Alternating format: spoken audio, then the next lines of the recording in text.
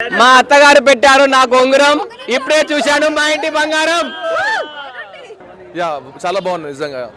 మేము ఎప్పుడు చూడలేదు ఒక హీరో అలా చూస్తుంటే, బట్ బాగా అనిపిస్తుంది. యా నమస్తే అన్న. సమంత గారి యాక్టింగ్ కానీ ఫైట్స్ కానీ సినిమా మాత్రం గూస్ బంప్స్, చాలా బాగుంది, చాలా ఎంజాయ్ చేస్తారు.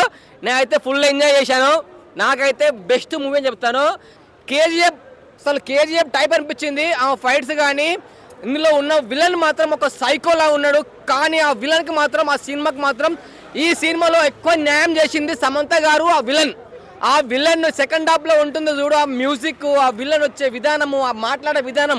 శ్రీముఖి గారు మాత్రం కాంబినేషన్ మాత్రం చాలా బాగుంది. అండ్ మన హీరోయిన్ సమంత గారికి శ్రీముఖి గారికి కాంబినేషన్ ఉంటుంది. ఇందులో అక్క క్యారెక్టర్ ఉంటుంది, అంటే వదిన మదనల టైపు. కానీ వాళ్ళిద్దరు కాంబినేషన్ లో ఉంది కామెడీ.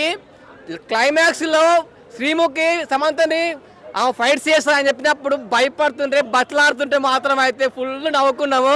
ఫైట్లు అదిరిపోయినాయి, ఫైట్లు మామూలుగా లేవు. మీరు క్లైమాక్స్ ఫైట్ చూస్తే మాత్రం అయితే గూస్ బంప్స్. మొత్తం ఫ్యామిలీ కలిసి ఫైట్ చేస్తారు.